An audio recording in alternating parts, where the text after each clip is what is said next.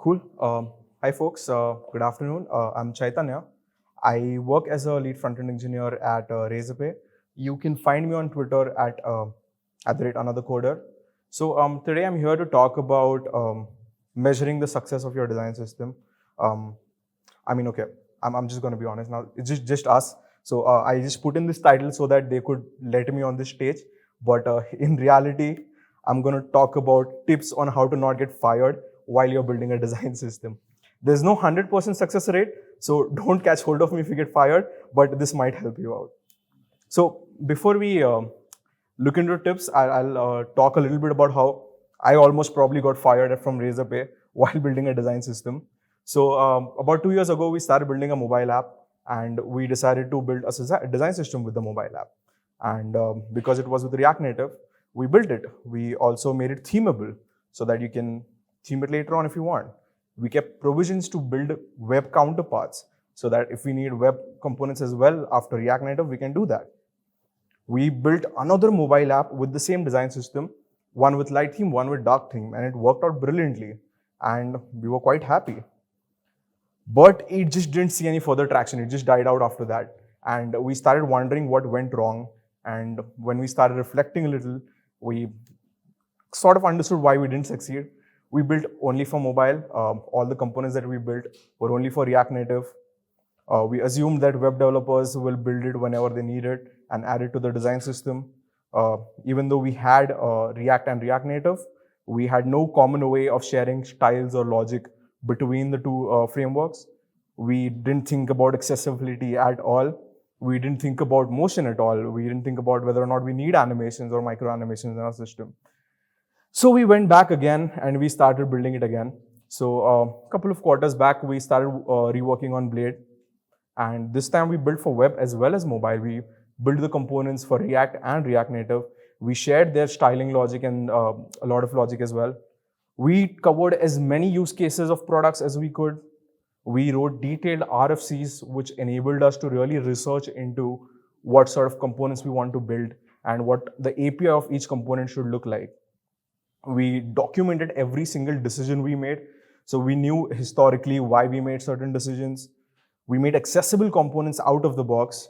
We standardized motion. We had a brand language for animation for Razorpay. And then we thought it's great. It's a brilliant design system. It's great. It's just great. When you've built something great, why do you need to measure it? Because when we kept telling people it's a great design system, I promise this is how we would look like. And that's not going to work with our leadership. So we had to go back and think about how we can measure what we are building. We can't just go about saying we are building something great. So by measuring, we were able to align our stakeholders and our leaders to the vision that we had with our design system. We were able to bring in more visibility into what we are building in the design system. We were able to understand our own progress and growth of the design system. We established a common goal for the team to chase. And we were able to make data-driven decisions. And I know all of this sounds like corporate mumbo jumbo. What do I mean by all of this? So what should we really measure? So even before getting into what should we measure, first you need to ask yourself what you're trying to achieve with the design system. So when we looked at our goals, we wanted brand consistency. So at Razorpay, we have a lot of products, lots and lots of products. And considering all the acquisitions that Razorpay is doing, we were getting way too many products coming into our tech stack and we had to support them. We had to make them look like Razorpay. So brand consistency became a major pillar for us. And because we work with the platform team, our main area of interest is enabling our engineers and designers to build better and build faster. So developer productivity and designer productivity became our two more pillars that we had to rely on. So when we talk about brand consistency, we had to look at what brand inconsistency existed in our products. So we had to showcase how inconsistent our components were across Razorpay. So this is one of the examples where we had so many variants of buttons that we just lost track. Everything just looked different. And we realized that higher the instances of a component that is being used, the higher the likelihood that it's being used inconsistently. So because buttons were used everywhere, it's going to become inconsistent eventually. So we did an audit of all our products across Razorpay, and we tried to extract all the instances of every single component that exist in our different products. So this is sort of what the audit looked like. It was just an Excel sheet. But what this helped us is essentially a priority list of components that we want to build top down. And this also sort of gave us a complete list of most frequently used components. So now that we knew what our most frequently used components were, we could sort of have a goal around it. So we had goals like build 80% of the most frequently used components within the design system. And we kept taking these goals quarter after quarter, which enabled us to really create roadmaps very easily to achieve this goal. But obviously, consistency isn't a switch to be turned on. You can't be inconsistent yesterday and consistent today. It requires a lot of time and efforts. So we asked our engineering and design teams to adopt a design system iteratively. We asked them to start adopting to tokens like colors, spacing, border, shadow, font, and all of that. As you can see, this was Razorpay X. They were our first adopters for our tokens. The difference is very subtle. They started using our colors. They started using our spacing tokens and font tokens, which meant that now we had to measure the adoption of these tokens. So this is a screenshot from our Amplitude dashboard. So you can see the docs website is using our spacing tokens and our payment theme. And on the left, you can see the segmentation. That's tokens used, grouped by project name and module name. Module is essentially which tokens they were using. Then we had to think about developer and designer productivity. So how do you quantify productivity? So we started talking to our leadership in terms of building a generic form. So we showed them this form. We told them that, when you're building this form, you need all of these components. And to build these components without a design system and to build the entire form, it's going to take about 15 days. You go through a design phase, you go through a development phase, and after 15 days, you're shipping something to production. But what happens when the design decides after 15 days that they want to change a button to look a little subtle? Now, again, you go through the same process. Sure, it'll take a little less time, but that just means that total days to go live is now up to 19 days. And now what happens if you want to build the same form for Android and iOS? You just multiply that by 2, I guess. You're at 38 days. But with a design system, we were able to bring it down to just 4 days, where it's very little efforts required by design, where they can just drag and drop all the components that are ready. Developers can just use the components that are already available in the design as well. And this is how we sort of justified productivity, how our developers and designers can become more productive. And just by these calculations, you can save about 80% of your time and efforts if you use the design system, which meant that every time they use a component from a design system, they will be delivering faster, which also meant that higher the component usage, higher the impact we've had on designer and developer productivity, which meant measuring the components that are used in every project is very crucial for us. So now we started looking at adoption of all the components across every project. So this is a segmentation of components used by project name and module name. So you can see business banking, which is Razorpay X, were using around 123 of our buttons, and we have segmented every single project and component, and we get this data real time. We realized how critical adoption is.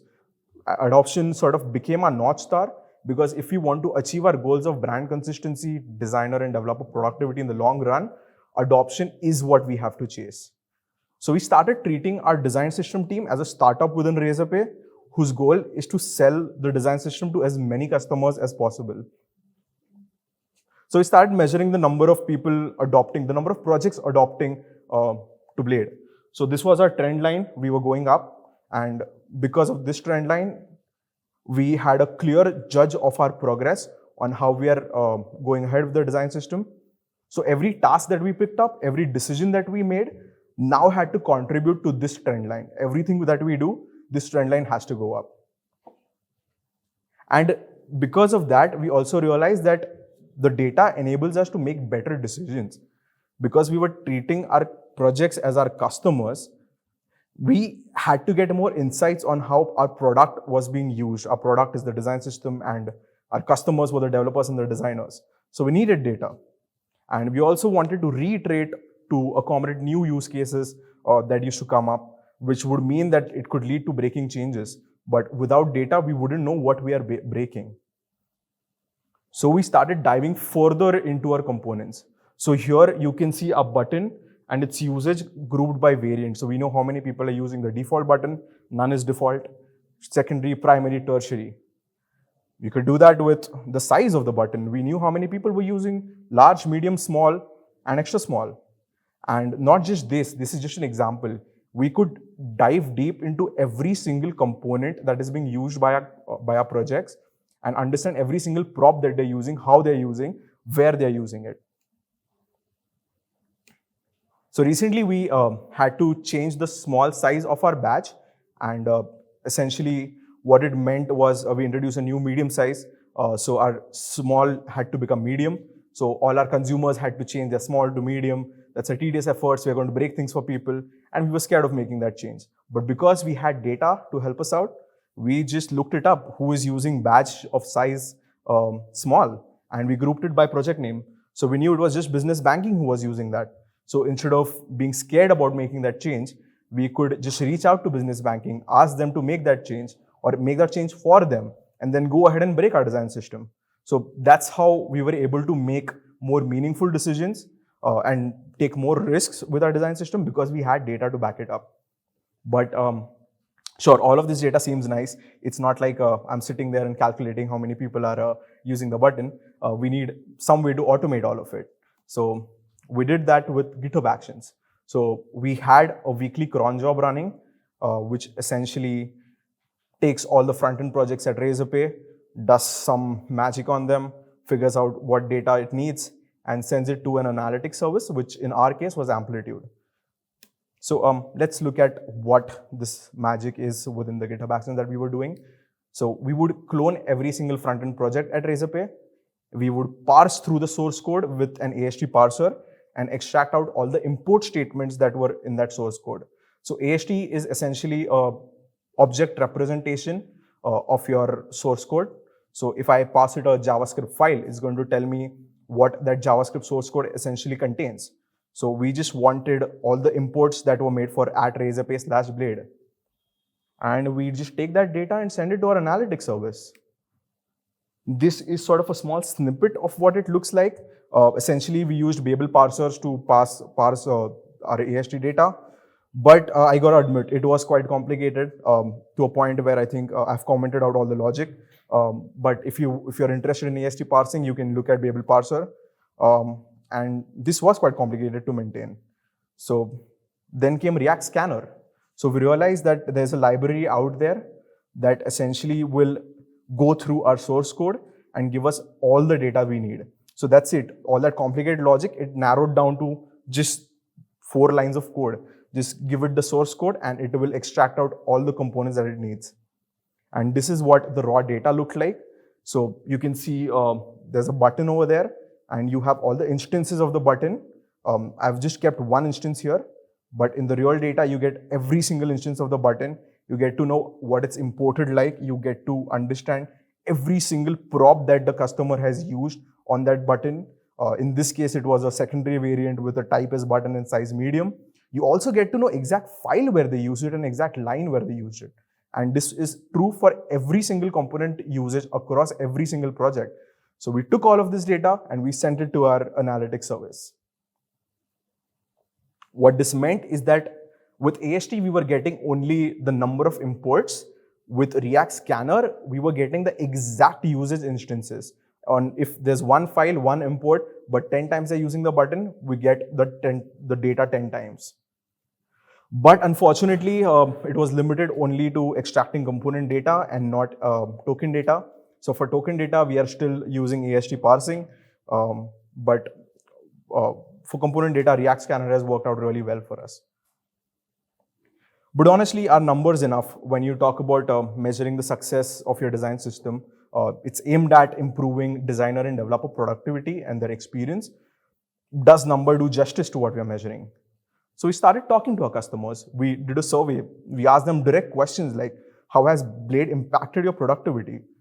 How has it reduced your UI reiterations? And has it improved the handoffs between design and developers? And I got to admit, there's room for improvement. We are not at a place where I could say that it's amazing. It still needs improvement, which is why we talk to our customers. We get to know where the gaps are. And as next steps, we are going to do focus group discussions with our developers and designers to dive further into why they feel that certain things are not working out. And along with that, we also took feedback from our primary adopters, both designers and developers. And we actually got qualitative data, which we could present to our leadership on how it has impacted the day-to-day of their designers and developers. So what next? What are we planning to do next? We're not done here yet. We want to measure the percentage coverage of our design system on every single page that is rendered on Razorpay. And we can use that metric to improve our per page coverage, and that will directly help us to get closer to brand consistency. I know this sounds a little complicated, but as an example, this is what we intend to do. So if you see this dummy page, all the green boxes are components from the design system. On the right side on the console, you can see the total DOM nodes. There are 48 DOM nodes on this page, out of which 33 are built with our design system, which means that blade coverage is at 68%. So we are going to use this metric to chase next, and we'll keep increasing our blade coverage on every single page, on every single route, on every product at Razorpay. So just to summarize, understand what you want to achieve with your design system. Treat your design system like a startup, grow the customer base and usage of your design system, make decisions that will help you improve your adoption metrics, extract as much data as you can in terms of how your customers use your product, and talk to your customers very, very frequently. You need to do quantitative and qualitative metrics at the same time. And of course, whatever I've spoken today has been a teamwork. This is my entire team. You can find them on Twitter. And our design system is open sourced at Razorpay/Blade. So if you're interested, you can go there and check out our source code. And that's all for today. Thank you, everyone.